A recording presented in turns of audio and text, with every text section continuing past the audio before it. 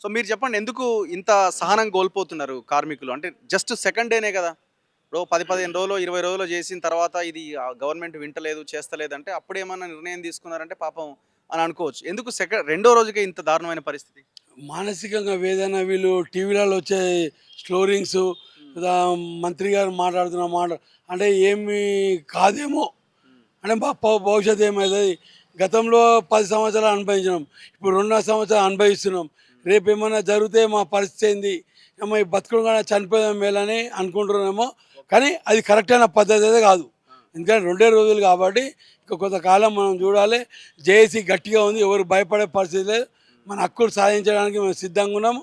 రాత్రపరంగా డిపోలు తిరుగుతున్నాము, అందరిని ధైర్యం నింపుతున్నాము, హ్మ్. వాళ్ళకు ధైర్యాన్ని కలిగిస్తున్నాము. ఇటు మేనేజ్మెంట్తో మాట్లాడుతున్నాము, అటు ప్రభుత్వంతో కూడా మాట్లాడుతున్నాం. మేము ఎవ్వరికి శత్రువులం కాదు. హ్మ్. ఇవాళ ఆర్టీసీని కాపాడుకోవాలనేదే మా ఉద్దేశం. ఓకే. మాకు పూర్వీకులు సంపాదించిన ఆస్తులని అవి ఎవరు కొల్లగొట్టకుండా కాపాడుకోవాలి. రేపు మా పిల్లలకు భవిష్యత్తుకి హ్మ్. ఈ తెలంగాణలో ఉన్నటువంటి యువతలకు ఉద్యోగాలు రావాలంటే ఇలా 16,000 మంది రిటైర్మెంట్ అయితే హ్మ్. ఒక్క రిక్రూట్మెంట్ కాలే. ఓకే. మరి ఆ రోజు 54,000 మంది ఉండే 32 లక్షలు. ఇవాళ 18,000 మంది ఉంటే 38,000 మంది ఉంటే హ్మ్. దగ్గర దగ్గర 36 లక్షల కిలోమీటర్ ఒక రోజుకు తిప్పుతున్నాము. హ్మ్. అంటే పనిభారం పెరిగింది, హ్మ్. కిలోమీటర్లు పెరిగినాయి, టైమింగ్ తగ్గింది. హ్మ్. అధికారులు ఇష్టం వచ్చినట్టు కిలోమీటర్లు పెంచుతారు.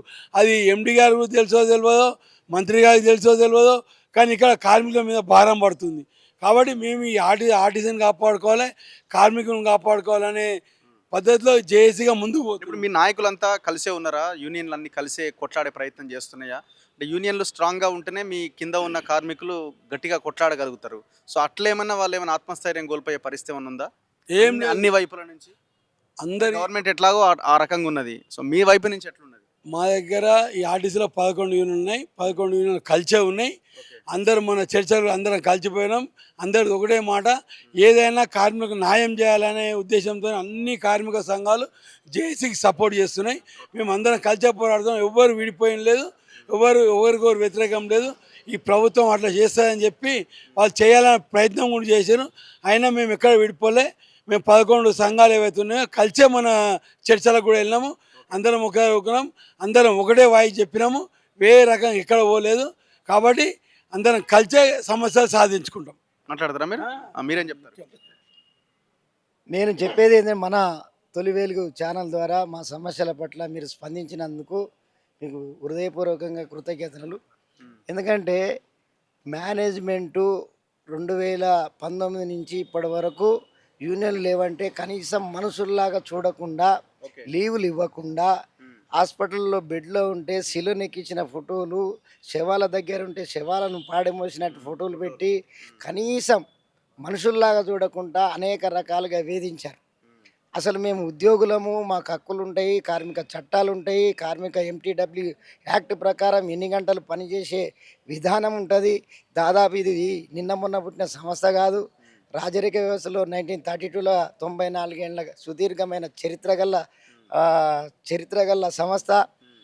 మరి మీకు అండదండలు అంత గవర్నమెంట్ నుండి ఉండే యాజమాన్యము, హ్మ్. గవర్నమెంట్‌ని ఎందుకు మిస్‌గైడ్ చేస్తుర్రు? హ్మ్. కార్మిక చట్టాలు ఉండవా? ఈ యూనియన్లు లేవన్నారు. ఈ 6 సంఘాలుగా జేఏసీ ఏర్పడి లేబర్ కమిషన్‌కు సమ్మె నోటీస్ ఇచ్చాము. వాళ్ళు అవును. రెస్పాండ్ అయ్యారు. అవును. వాళ్ళు కూడా రిప్లై లెటర్ రెస్పాండ్ పంపారు. అయినప్పుడు హ్మ్. కన్సర్న్ మినిస్టరు ట్రాన్స్‌పోర్ట్ మినిస్టర్‌కి ఇచ్చాం. హ్మ్. లేబర్ మినిస్టర్‌కి ఇచ్చాం. హ్మ్. చీఫ్ సెక్రటరీకి ఇచ్చాము. అదే రకంగా డిపార్ట్‌మెంటు సంబంధించిన రోడ్స్ అండ్ భవనాలకు సంబంధించిన వాళ్ళ చీఫ్ సెక్రటరీలకు కూడా ఇచ్చేసాం.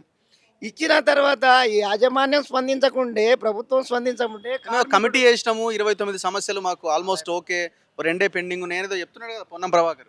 పొన్నం ప్రభాకర్ గారు మంత్రి హోదాలో మా సమస్యల పట్ల సిద్ధశుద్ధితో ఉంటే మాకు ఈ గతి ఎందుకు పడుతుంది? హ్మ్. అధికారులు ఒక మాట సార్, 19లో యూనియన్లు లేవంటే ఇవాళ ప్రజాప్రభుత్వం అని చెప్పి 48 గంటలు మహాలక్ష్మి స్కీమును సక్సెస్ చేసుకున్నారు. హ్మ్. 6 అంశాలు మీరే పెట్టారు. 6 అంశాలలో ప్రధానమే ఆర్టీసీని విలీనం చేస్తాము, యూనియన్లు అనుమతిస్తాము. అవును. యూనియన్లు అనుమతిస్తే ప్రభుత్వానికైనా ఆర్థిక భారమా? హ్మ్. ఆర్థిక ఏం లేదు. భారం లేదు కదా! జీరో. ఆర్థిక భారం లేదు. మా సమస్యలు మేమే పరిష్కరించుకుంటాం. మేనేజ్మెంట్ దగ్గర పోతాం, కూర్చుంటాం. ఈయనకు జ్వరం వచ్చింది, ఈయనకి కడుపు నొచ్చింది, ఇంతమంది రిటైర్ అయ్యారు, ఈ ప్లేస్లో ఇంకా నలుగురు రిక్రూట్ కావాలి, నలుగురు రిటైర్ అయితే నలుగురు రిక్రూట్ కావాలని చెప్తాం. యాజమాన్యానికే సోయి లేదు. ఎంతమంది రిటైర్ అయిపోయినా అవుట్ సోర్సింగ్ ఏజెన్సీలను పెంచి పోషించి కార్మికుల కడుపు కొడుతుంది యాజమాన్యం. దానికి ఒత్తాసు పలుకుతుంది ప్రభుత్వం. ప్రభుత్వాన్ని చెప్తున్నాం, రేవంత్ రెడ్డి గారు ముఖ్యమంత్రి గారు, మీ ఇంటెలిజెన్స్ రిపోర్టు, మీ స్పెషల్ బ్రాంచ్ రిపోర్టు, మీ ఏజెన్సీలు ఏవైతే ప్రభుత్వ యంత్రాంగాన్ని ఉన్నాయో రిపోర్ట్ తెప్పించుకోండి. యాజమాన్యం చెప్పినా, మీ మంత్రి గారు చెప్పినా ఈ యథార్థం అనుకోకు. మేము చెప్పే కష్టాలు, కన్నీళ్ళు, బాధలను మాతోటి భుజం భుజం కలిసి నడిచి సర్వనారాయణ స్టేడియం సాక్షిగా మాకు సపోర్ట్ చేశారు, మా కోసం అరెస్ట్ అయ్యారు. మా విధేయతతోటి మిమ్మల్ని గెలిపించుకున్నాం, మీకు విధేయతగా ఉన్నాం. 2.5 సంవత్సరాలు కాలం వచ్చినా కానీ మీకు ఏమి చేయలేదు. కనీసం అపాయింట్మెంట్ మీ గుమ్మం దగ్గర ఎన్నోసార్లు వచ్చినాం, ఇంతవరకు కూడా మీరు అపాయింట్మెంట్ ఇయ్యరు. మీకు లెటర్ కూడా పెట్టాం, సీఎంఓకి లెటర్ పెడితే మీరు స్పందించరు. మంత్రి గారు మిస్గైడ్ చేస్తురా, యాజమాన్యం మిస్గైడ్ చేస్తురా. 7 సంవత్సరాల నుంచి యూనియన్ లేకపోతే కార్మికుడు అగ్గిమిన గుగ్గిలం కాదా?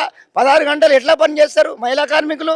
ఇవాళ మీరు స్పందించకపోనందుకే వాళ్ళ వేదనతోటి, ఆవేశంతో, ఆందోళనతోటి దిక్కుదోచని పరిస్థితిలో ఆత్మహత్య చరణం అంటుంటే ఈ తెలంగాణ ముఖ్యమంత్రి అపాయింట్మెంట్ మంత్రి ఇచ్చిండా? మంత్రి ఇచ్చారు. ఇది మాకు దాదాపు 40 ఏళ్ళ ఆర్టీసీలో అనుభవం ఉన్నది.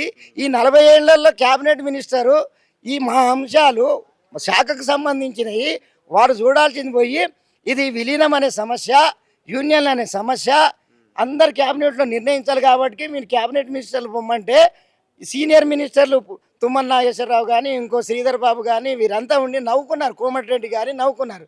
ఆయన శాఖకు సంబంధించిన అంశాలు మేమెట్లా, సీతక్క గారు కానీ నవ్వుకున్నారు. వారి శాఖకు సంబంధించిన అంశాలలో నేనెట్లా ఇన్వాల్వ్ అవుతాము, వారి శాఖకు వారే ఇన్వాల్వ్ అయ్యి దాన్ని పరిష్కారం చేసుకోవాలి. క్యాబినెట్లో ఏమింది? ఎన్ని సంవత్సరాల నుంచి క్యాబినెట్ నడుస్తలేదా, లేకపోతే సీనియర్ మంత్రులు లేరా? ఈ విధంగా మమ్మల్ని తప్పుదారి పట్టిస్తే మేము చిన్నపిల్లలమా?